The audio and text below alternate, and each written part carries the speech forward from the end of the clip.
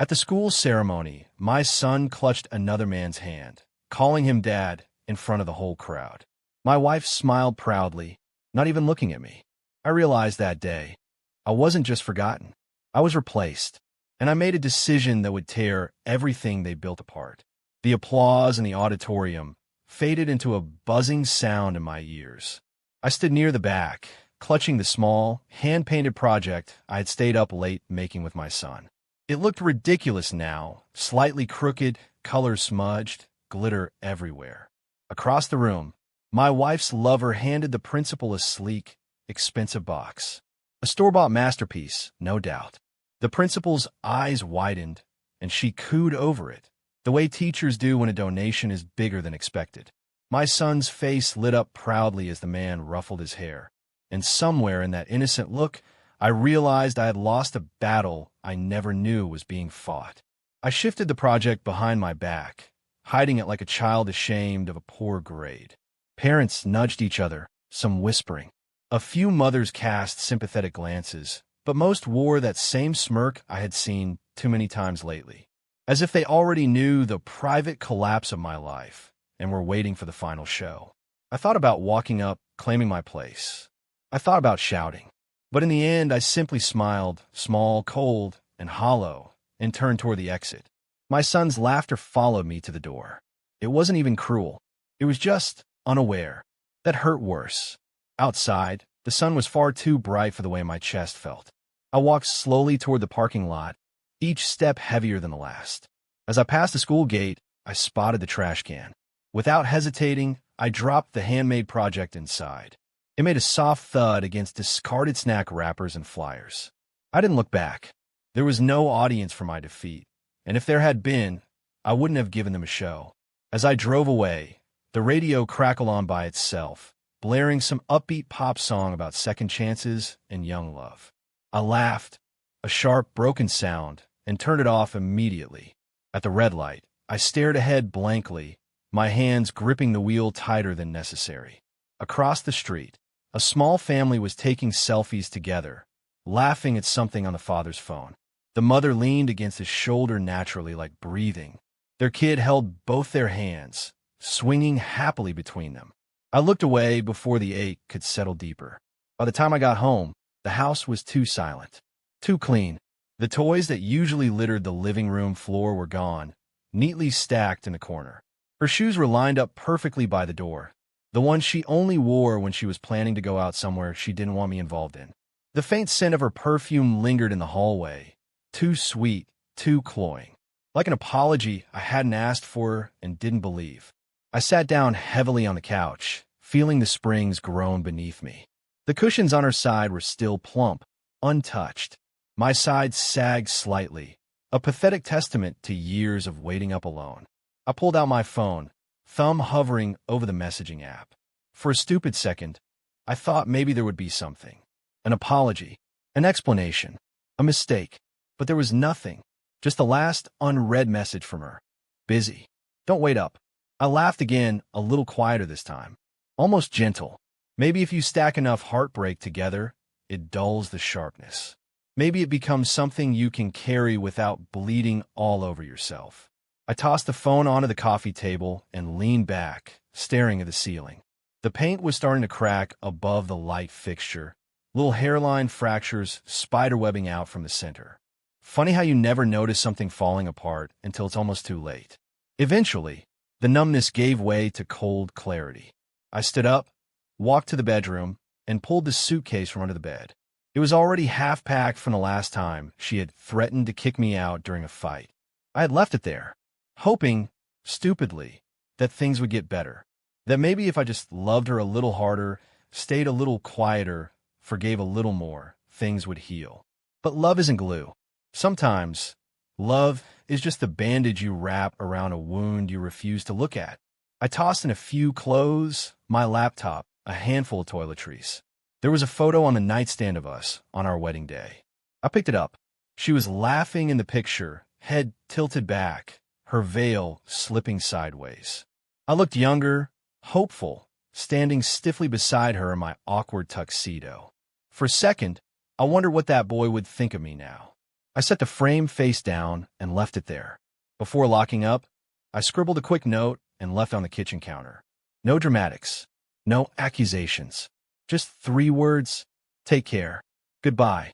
That was all there was left to say. When I stepped outside, the late afternoon heat slammed into me, thick and suffocating. Across the street, my neighbor was mowing his lawn, waving cheerfully without knowing a thing. I waved back stiffly and got into my car. As I pulled out of the driveway, I caught a glimpse of the upstairs window. My son's bedroom. The curtain fluttered in the breeze, and for just a second, I imagined him standing there calling out to me. But there was no one. Just an empty room. Just an empty man driving away from everything he had built with bloody hands and broken hope. Somewhere deep inside, the first cracks of anger began to form. Not hot, wild rage, but the slow, simmering kind. The kind that builds empires or burns them down. She thought I would stay because of our son. She thought I would swallow betrayal after betrayal, just to keep the illusion of family alive. But illusions are for children, and I wasn't anyone's fool anymore. The road stretched ahead, wide and endless. I had no map, no destination, only one certainty beating in my chest like a war drum. She had replaced me. Now, it was my turn to replace the life she thought she had secured so easily. As the sun dipped below the horizon, staining the sky blood red, I drove toward a future she would never be part of. And for the first time in years, I smiled, and meant it. The motel I checked into that night smelled faintly of bleach and loneliness. The kind of place people pass through without leaving anything behind, not even memories. I dropped my bag by the door and sat heavily on the bed, staring at the brown-stained ceiling fan creaking above me. A different man might have broken down, maybe punched a wall, or drunk himself into oblivion. But I just sat there, feeling strangely hollow, like the world had scooped me out and left only a skin behind. Somewhere between exhaustion and numbness, my phone buzzed. I let it ring until it stopped, then picked it up. A message from her. Don't be childish. Come home. We can talk when you're calm. I stared at the screen, almost amused. Calm. I had been calm for years, standing still while my life rotted around me. Calm while she smiled over her phone at someone else's messages. Calm when I pretended not to notice the way her eyes never sparkled when she looked at me anymore. Calm when my own son reached for another man's hand and called him Dad. I deleted the message without replying. The next morning, I went to work as if nothing had happened. Numbness had its uses. I sat through meetings, answered emails, smiled at jokes I didn't hear. Colleagues asked about the school event, offering polite small talk. I nodded along, pretending everything was fine. Pretending was easy now. It was breathing that had started feeling like effort. During lunch, I opened a private browser and searched for lawyers specializing in family law. The first few results were shiny, expensive-looking firms, promising aggressive custody battles and scorched earth tactics. I wasn't interested in vengeance. I wanted freedom. Clean, silent, irreversible. I wanted her to wonder one day when exactly she had lost me, and realize too late that it wasn't today or yesterday, but 1,000 quiet days ago when she first let go without noticing.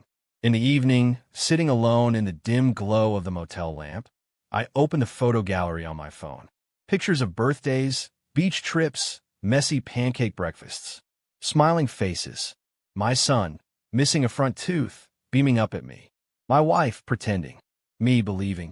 I scrolled faster, heart racing, looking for cracks in the smiles, signs of decay I hadn't seen at the time.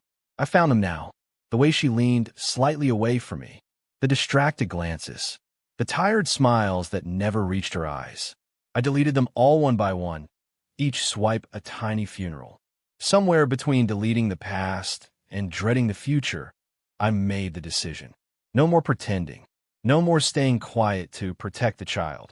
Protecting him didn't mean sacrificing myself at the altar of someone else's betrayal. Protecting him meant teaching him that real love doesn't look like abandonment. That dignity matters.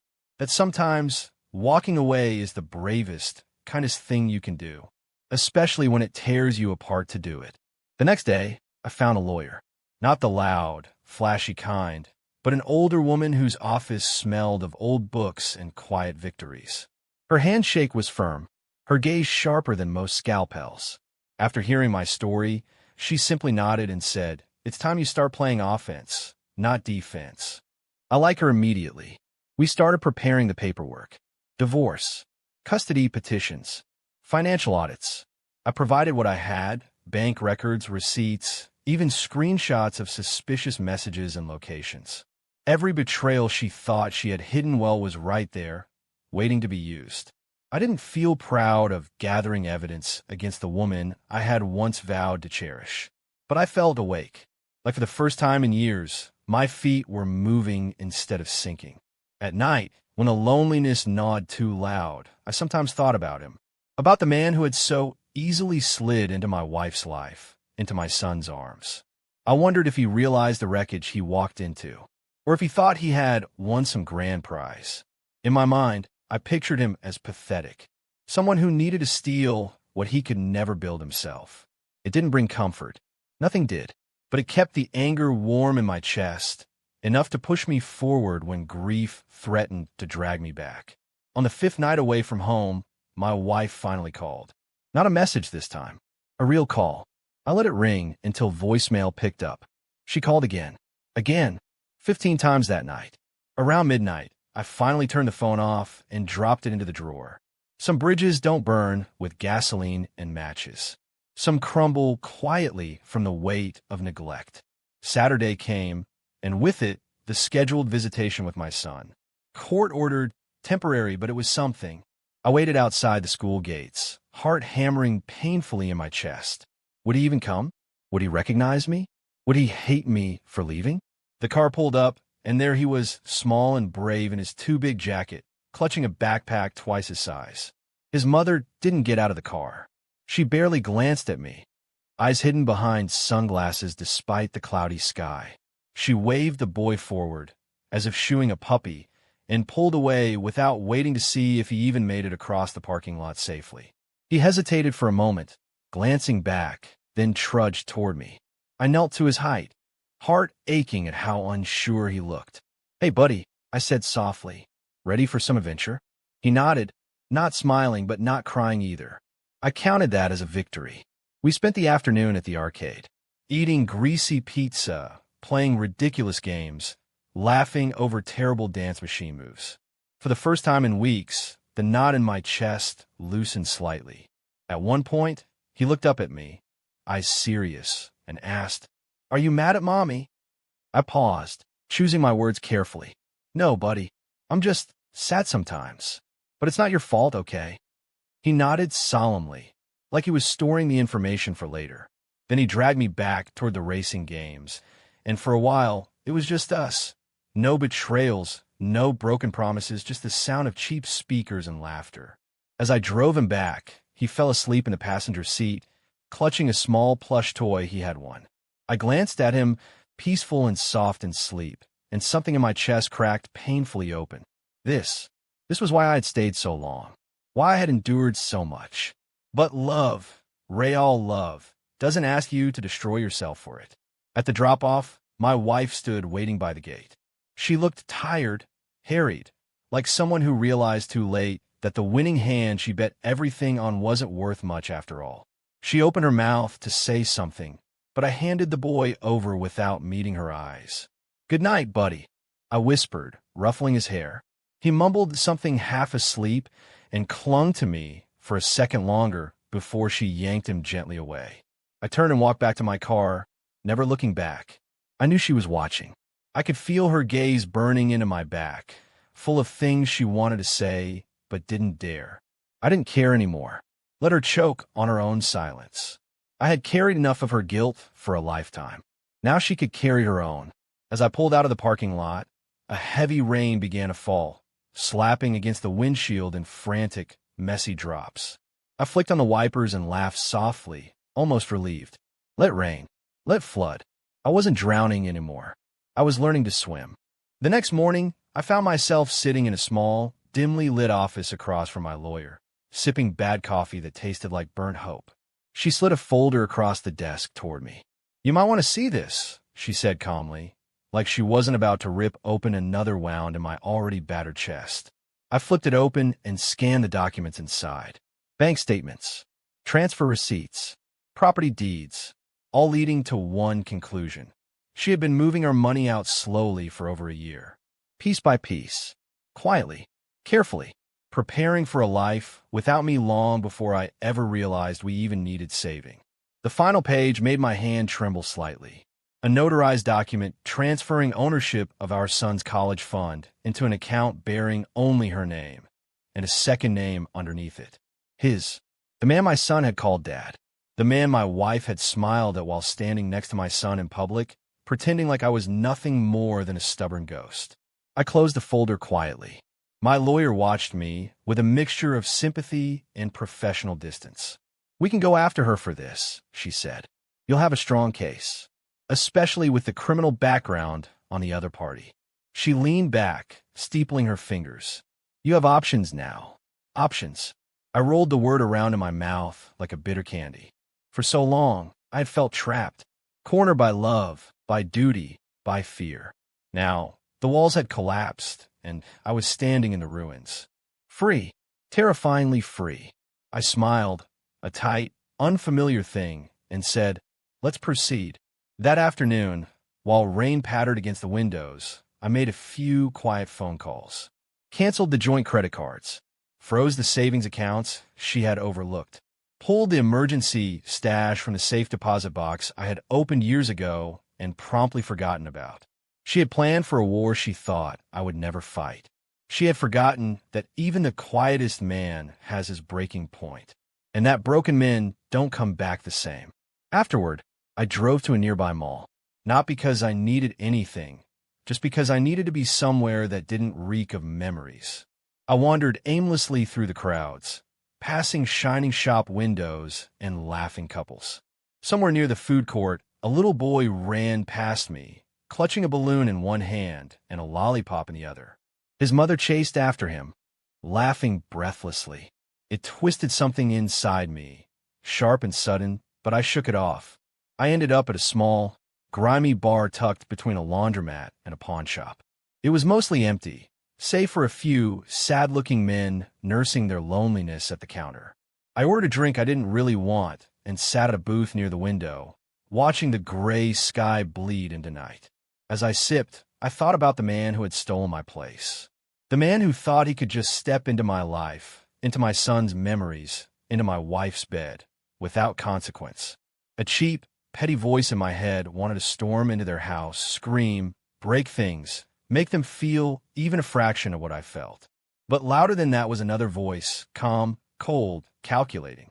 Make them lose what they think they've already won. Make them realize they had nothing to begin with. Halfway through my drink, my phone buzzed again. This time it was a message from an unknown number. "Hope you're not too mad. Kids say dumb things. You'll get over it." There was a winking emoji at the end, like a slap to the face. I stared at the screen, numb, before chuckling softly under my breath. So it was him, the man bold enough to taunt me now that he thought the battle was over. I typed a reply slowly, deliberately. "Don't worry, I'm just getting started." Then I blocked the number. I wasn't playing by their rules anymore. They thought this was a simple love triangle. They thought betrayal ended with hurt feelings and slammed doors. They had no idea what real consequences looked like. Later that evening, while going through old files on my laptop, I stumbled across a collection of videos. Family clips, my son's first steps, birthday parties, laughter frozen in pixels. I almost closed the folder, unable to bear it. But something made me keep watching. And as I did, a plan began to form.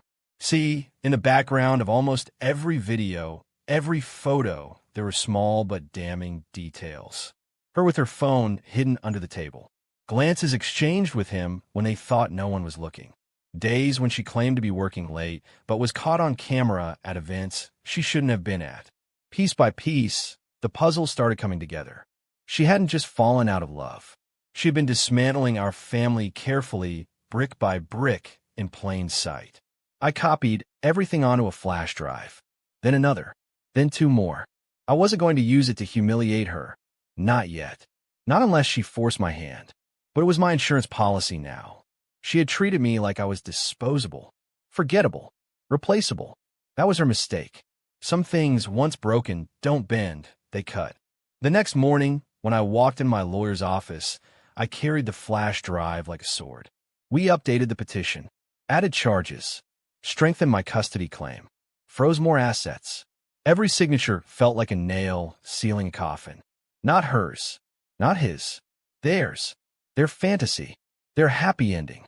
That night, alone again in the tiny motel room, I stared at the ceiling fan spinning slowly overhead. I thought about my son, about the day he would understand all of this, about how I would explain that love isn't blind forgiveness, that it's not silent endurance, that love is fierce and proud and demands to be honored, and that if it isn't, it walks away with its head high and its heart intact, no matter how badly it bleeds. Somewhere out there, my wife and her lover were probably toasting their new future, laughing at how easy it had been to push me aside, smiling over stolen memories and borrowed dreams. I smiled too, because they were building their castle on sand, and I just pulled the tide in. The court date for temporary custody came faster than I expected. I sat in the stiff, uncomfortable chair outside the courtroom, hands folded, pretending to read the stack of documents my lawyer had handed me. Across the hallway, she sat with him, the man my son now clung to. They laughed softly about something, heads bowed together like teenagers passing notes. I watched them for a moment, feeling nothing. Not rage, not grief, just a deep, cavernous emptiness, like I had already buried the part of myself that could still be hurt by them. When our case was called, I rose smoothly, buttoned my jacket, and walked inside. No theatrics, no drama, just the slow, inevitable machinery of consequences grinding into motion. The hearing was clinical, almost boring. My lawyer presented the evidence of her financial tampering, the background check on her new lover, the inconsistencies in her custody claims. Her lawyer countered with fake smiles and paper-thin arguments about emotional stability and continuity of care. The judge, a graying woman with sharp eyes, didn't seem impressed by either side. In the end, the decision was simple. Temporary shared custody, but with strict conditions. No unsupervised visits with her new partner. Mandatory co-parenting classes. Full financial disclosure. I kept my face neutral as the judge's words echoed through the courtroom.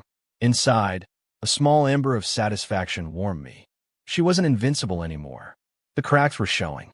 Afterward, in the parking lot, she approached me while he hung back by their car, pretending to check his phone.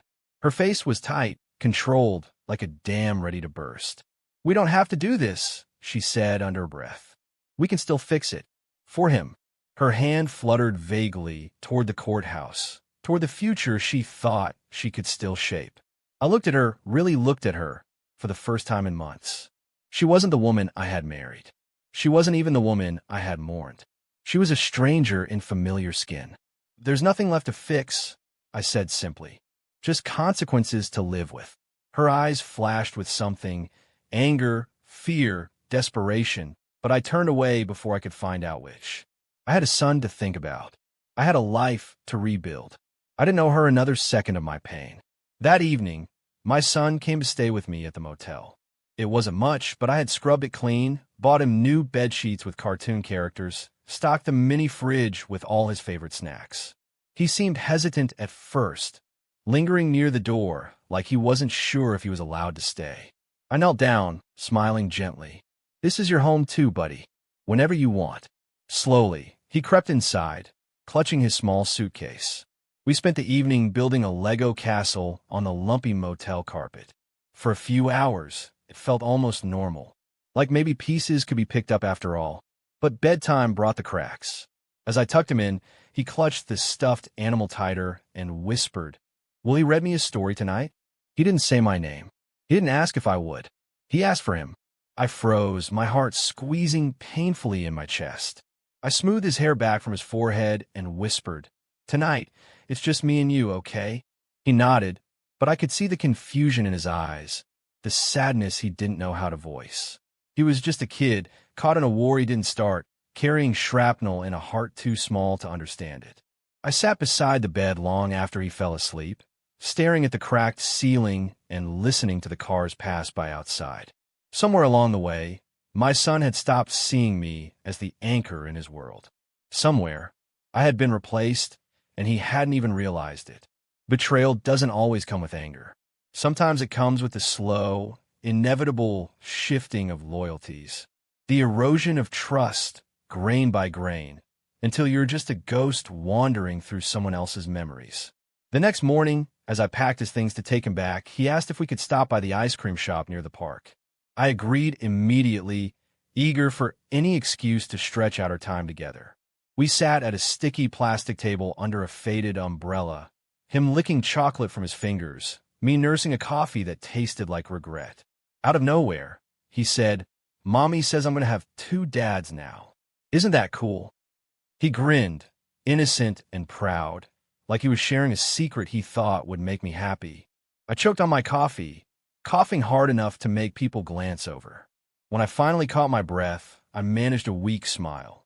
"That's a lot of dads," I said lightly, forcing humor into my voice so he wouldn't see the crack forming inside me. He giggled, wiping his mouth with the sleeve of his jacket. But inside, I felt something splinter irreparably. I had lost. Not just the marriage, not just the home. I had lost the invisible battles, too. The small daily victories of being the first face he looked for, the first hand he reached for when scared, the first voice he trusted. That space in his heart had been repainted with someone else's colors while I stood helplessly outside, knocking on a locked door. When I dropped him off later that afternoon, he barely looked back, ran straight into her arms, laughing, while the other man ruffled his hair approvingly. They looked like a postcard version of family. Perfect. Whole. Happy. I stood there for a moment longer than I should have, watching the life that used to be mine fade into the background. She caught my eye briefly. There was no apology in her gaze. No guilt. Only triumph. She had won. She had taken everything I had to give and found it lacking. And now she was moving on, dragging my son along like another accessory. I turned and walked away, the weight of the empty backpack heavier than it should have been. As I reached the car, my phone buzzed. A message from her. Just 2 words. "Thanks again." I stared at the screen, rage and sorrow swirling in my gut. Thanks. Like I had handed over my life with a polite bow and a signed receipt.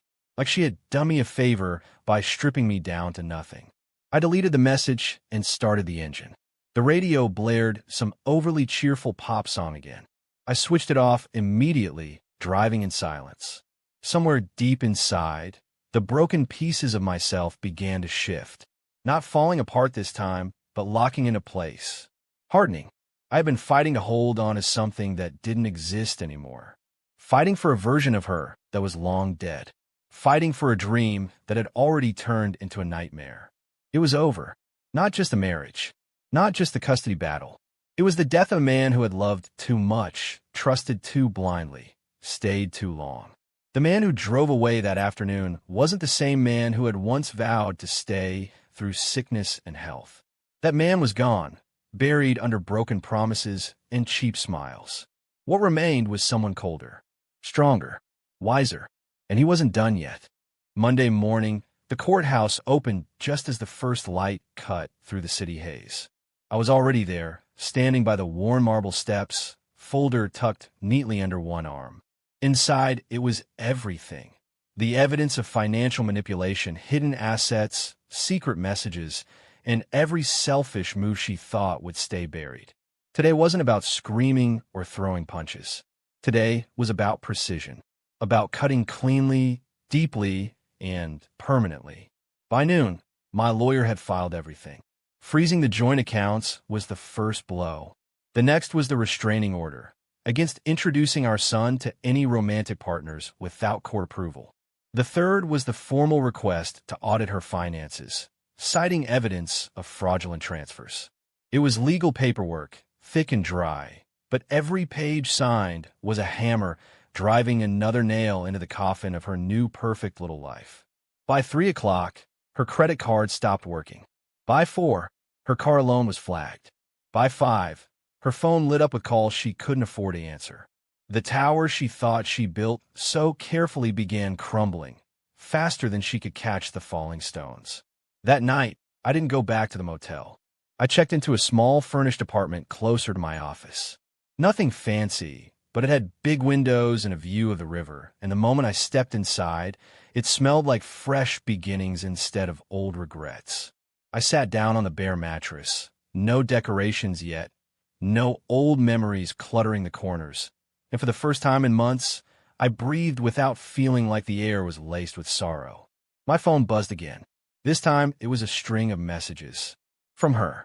Why are you doing this? This isn't good for him. We can work something out. Each one more frantic than the last. I didn't reply. Let her feel it. Let her feel the confusion, the desperation. The same way I had when she smiled at another man in front of me like I was invisible. 2 days later, her lawyer requested a meeting.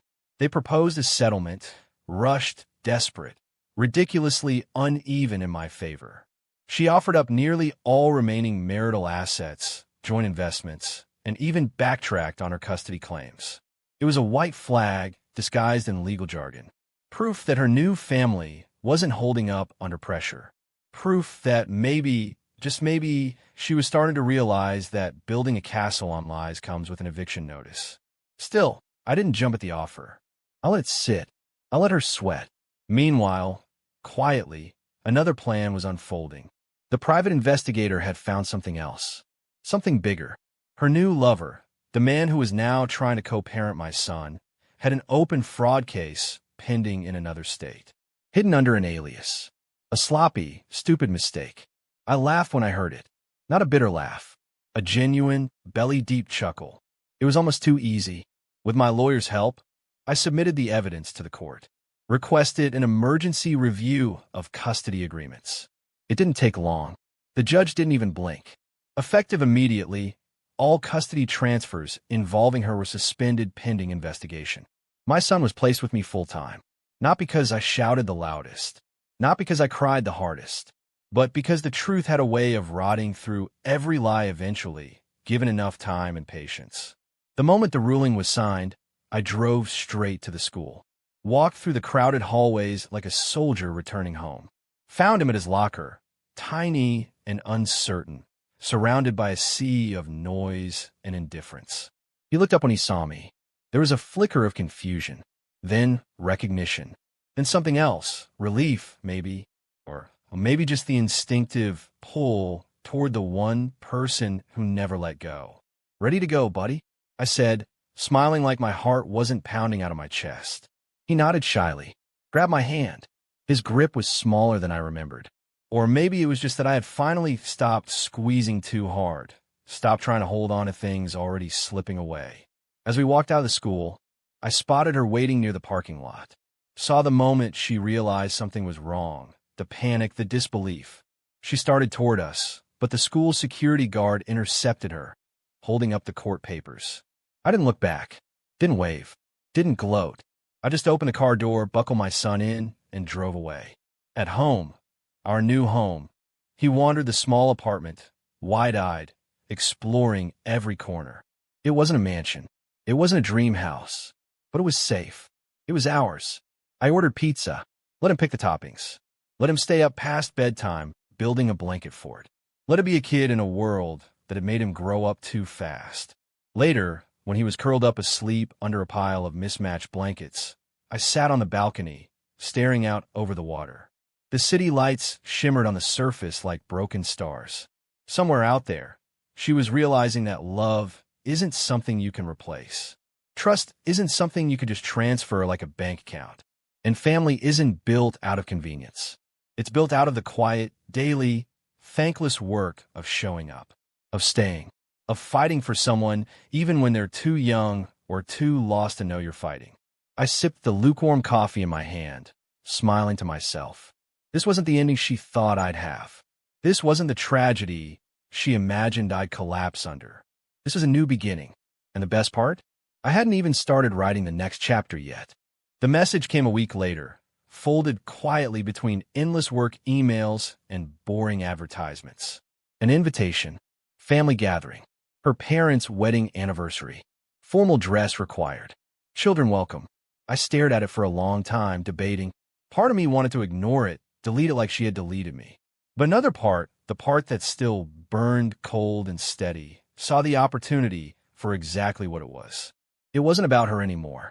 It was about showing my son, once and for all, that sometimes the right thing isn't staying quiet. It's standing tall, even when everyone else hopes you'll shrink. I RSVP'd yes. The night of the event, I wore a simple, sharp black suit. Nothing flashy, nothing desperate, just clean lines and quiet dignity. I combed my son's hair neatly, helped him into his little blazer, and let him pick out a bright blue tie because he said it made him feel like a superhero. When he beamed up at me proudly, I thought, yes, this is why you survived all of it. We arrived at the banquet hall early. Her family was already gathering, laughter and champagne spilling through the doors. She was there, naturally. So was he, standing too close, smiling too widely, wearing a suit that didn't quite hide how little he belonged among real people who had built something worth having. Her eyes widened slightly when she saw me. Not panic, not regret, surprise. Like she hadn't expected me to show up at all. Like she thought I would slink away, quietly forever, leaving her to rewrite the story however she pleased. I didn't give her the satisfaction of a reaction. I just took my son's hand and walked into the lion's den like I owned it. The first hour passed in a blur of polite conversations and fake smiles. Her family clucked over my son, ruffling his hair, commenting how grown up he looked, how lucky he was to have such a big family around him. I smiled tightly and nodded, accepting their empty words. They didn't know. They hadn't seen the late nights at the motel, the quiet sobs into a thin pillow, the broken man piecing himself back together with bloody fingers. But they would know soon. When dinner was served, everyone gathered around the giant projector screen for a surprise presentation, a tribute to family. I knew the script. Childhood photos, wedding anniversaries, graduations, neatly edited into a montage meant to make everyone feel warm and nostalgic. Only this time, the script had been changed. Quietly, without fanfare. I watched from the back as the first few images flickered across the screen. Smiling faces, birthday candles, toddler footsteps. Then, just as the room grew soft and misty-eyed, the images shifted. Photos of her lover. Not with family, not with achievements, but with police mugshots. Court documents. Records of fraud, of violence, of betrayal. Every dirty secret dragged into the harsh, unforgiving light of public scrutiny. There was a collective gasp. Chairs scraped against the polished floors. Her father's face turned a deep, dangerous shade of red. Her mother's hand flew to her mouth in horror. And her? She froze. Perfect. Motionless. A statue cracking under the weight of her own lies. Across the room, the man she thought would save her stumbled back a step, stammering, trying to explain, to deny. But the screen kept flashing truth after truth after truth. There was no outrunning it now. She turned toward me finally, eyes wide, frantic, pleading without speaking. But I didn't move, didn't smile, didn't flinch. I simply held my son's hand a little tighter and watched her world collapse. It didn't take long. Her father stood up, voice shaking with fury, and demanded she leave immediately. Her mother burst into tears, huddled among whispering relatives. And the man who had once smirked proudly in front of me slunk away toward the exit, alone and disgraced. My son tugged at my hand, confused. "Daddy, why's everyone mad?" I knelt down, so we were eye level. Smiling gently, I said, "Sometimes, buddy, when people do bad things, they have to face what they've done. It's not easy, but it's fair." He nodded solemnly, trusting me. Always trusting, even when the world spun upside down. We left before the shouting truly began, stepping out into the cool night air while chaos roared behind us. As we reached the car, I glanced over my shoulder once. She stood alone on the steps, wrapped in her own disgrace. No lover, no family, just the ruins of what she had built on betrayal. For a second, just a fleeting second, I almost pitied her. Then I remembered all the nights I lay awake wondering what I'd done wrong. All the mornings I swallowed my pride to stay for a child she was quietly turning against me. All the smiles she faked while pushing me further out of my own life. No, she didn't deserve my pity. She deserved exactly this. Later that night, while my son slept peacefully on the sofa, curled up with his favorite blanket, I sat on the balcony again, watching the river move under the stars. The city buzzed softly around me. The world kept turning. People kept living. And for the first time in so long, I felt like I was among them again, not trapped behind glass, not screaming into the void. Alive. Free. Whole. I didn't know what tomorrow would bring. Custody battles could drag. Life could get messy again. Scars don't heal in neat, straight lines. But tonight, I had reclaimed something more important than pride or revenge. I had reclaimed myself. And nobody, not her, not him, not even the lies they built, could ever take that away again. Days passed quietly after the family event. No screaming calls. No angry texts. Just silence. The kind of silence that doesn't fill rooms. It echoes inside your bones. My son settled into the rhythm of living with me full-time. School runs. Late-night homework battles. Pizza Fridays on the floor. In so many ways, it felt normal. Like stitching a wound you had gotten used to pretending wasn't there. But kids are smarter than we give them credit for. They feel tension like heat, invisible but suffocating. One evening, after I finished helping him with a school project, he sat cross-legged on the couch, fiddling with a loose thread on his sleeve. His brows were furrowed, the way they got when he was working up the courage to ask something scary. "Dad," he said finally, voice small, "are you mad at me?" I put the papers down slowly, heart tightening. "Why would you think that, buddy?" He shrugged, not meeting my eyes. Because I called someone else Dad. And you left." I closed my eyes for a second, fighting the sting behind them. When I looked at him again, I made sure my voice was steady. "You didn't do anything wrong," I said. "You're just a kid. You trusted the people you were supposed to trust." He looked up at me, blinking fast, trying to be brave. "But you were mad," he whispered. I nodded slowly. "Not at you, buddy. Never at you." I leaned closer, lowering my voice like sharing a secret. Sometimes grown-ups mess up.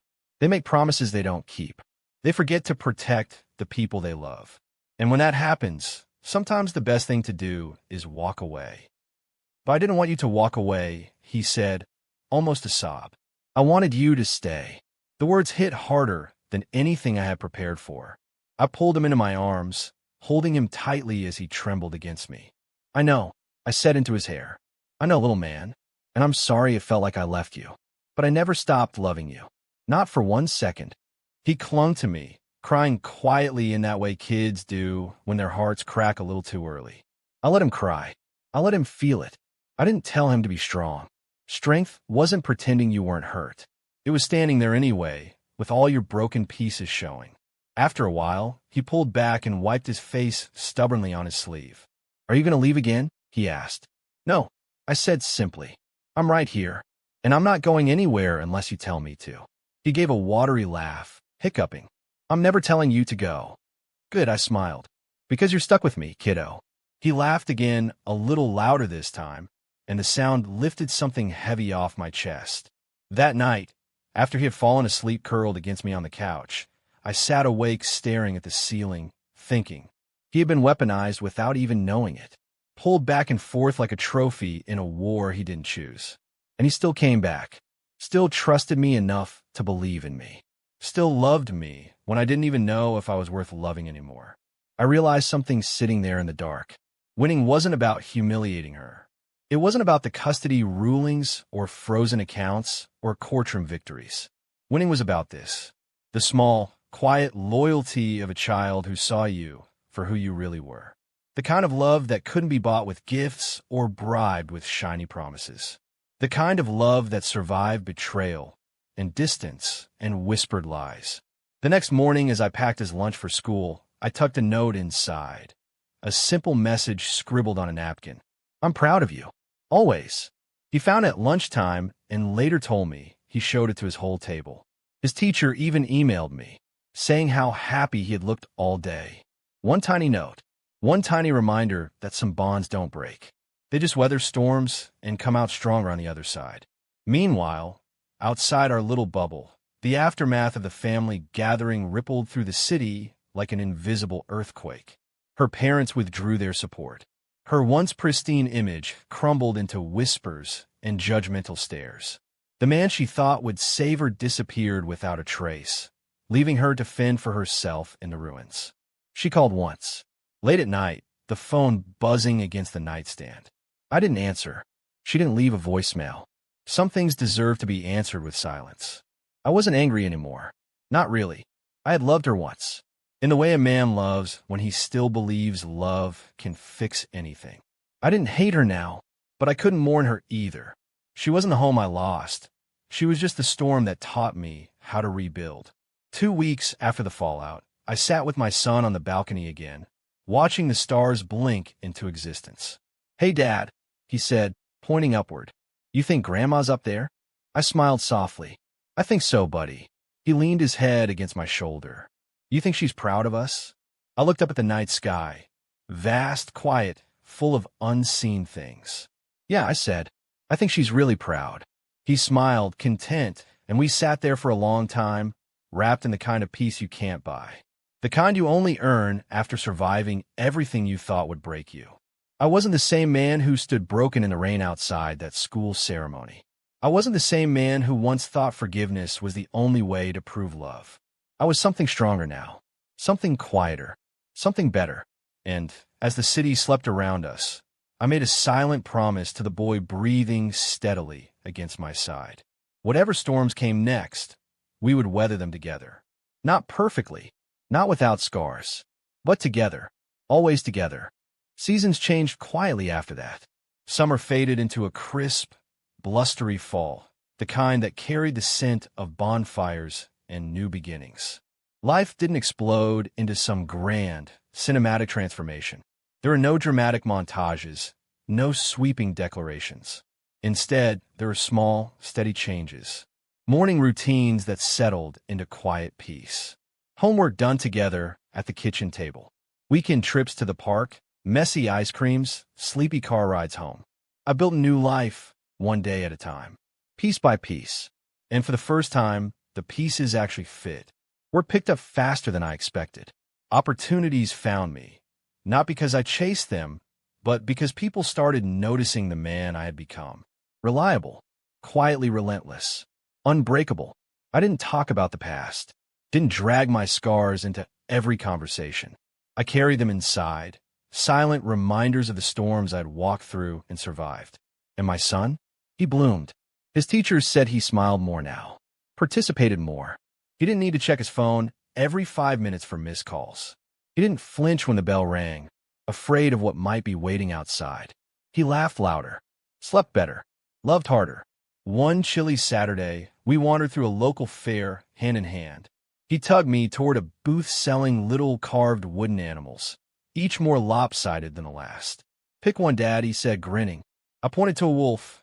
It stands proud, but slightly battered, like it had fought a few battles and come out tougher. He laughed. "Looks like you." We both laughed. Real, easy laughter, the kind that doesn't hide hurt underneath. As we wandered further, we passed a photo booth tucked between food stalls. He begged me to take pictures. I groaned dramatically. "Only if you promise not to make faces," which of course he immediately did. Inside the small, cramped space, with his arms thrown wildly around my neck, our faces mashed together, I thought. This right here, this is the life I fought for. Later that night, flipping through the black and white strip of pictures, I realized something quietly powerful. I hadn't lost a family. I had found my real one. In the ashes, in the broken pieces, in the small, stubborn, resilient love between a father and his son. Meanwhile, she remained a distant echo. News traveled, as it always does in small circles. She struggled. Work became harder. Friends faded. The man she thought would carry her forward disappeared completely, leaving behind only empty promises and even emptier bank accounts. I didn't gloat. I didn't interfere. She was no longer my concern. Some lessons are taught best by letting someone fall freely without a safety net. Once or twice, my son would mention her in passing. A memory, a question. I answered honestly, but lightly, never with bitterness. never poisoning him against her. She was his mother. That bond wasn't mine to destroy, no matter what she had done to me. One rainy afternoon, almost a year later, while packing up old boxes in my closet, I found a handmade school project I thought I had thrown away, the crooked, glittery mess I made for Father's Day. I sat down heavily on the floor, running my fingers over the rough edges. Taped to the back, in messy kindergarten handwriting, was a note. Best dad ever.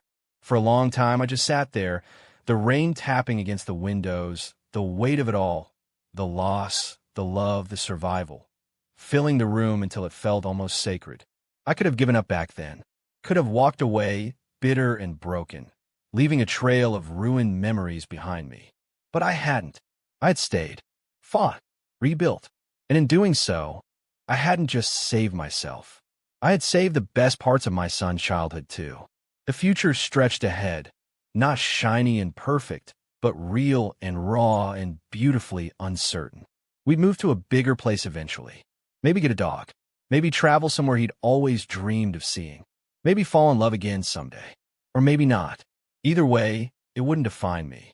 I had already found the only love that truly mattered, the kind that laughs with you in photo booths, that picks the lopsided wolf because it reminds them of you, that believes in you even when you forget how to believe in yourself. As the storm outside softened into a steady drizzle, I tucked the project back into the box gently. Some memories aren't meant to be thrown away. They're meant to be carried forward, heavy and precious, reminders of what you've survived. Later that evening, my son climbed in my lap with a book, his hair still damp from the shower, smelling like soap and safety. "Read with me?" he asked, yawning. I wrapped my arms around him, kissed the top of his head, and opened the book. And as we read, page by page, his voice blending with mine under the hum of the rain, I realized. Forgiveness isn't about forgetting the pain. It's about refusing to let it chain you to a past that no longer deserves you. It's about choosing every single day to love better, to live fuller, to laugh louder.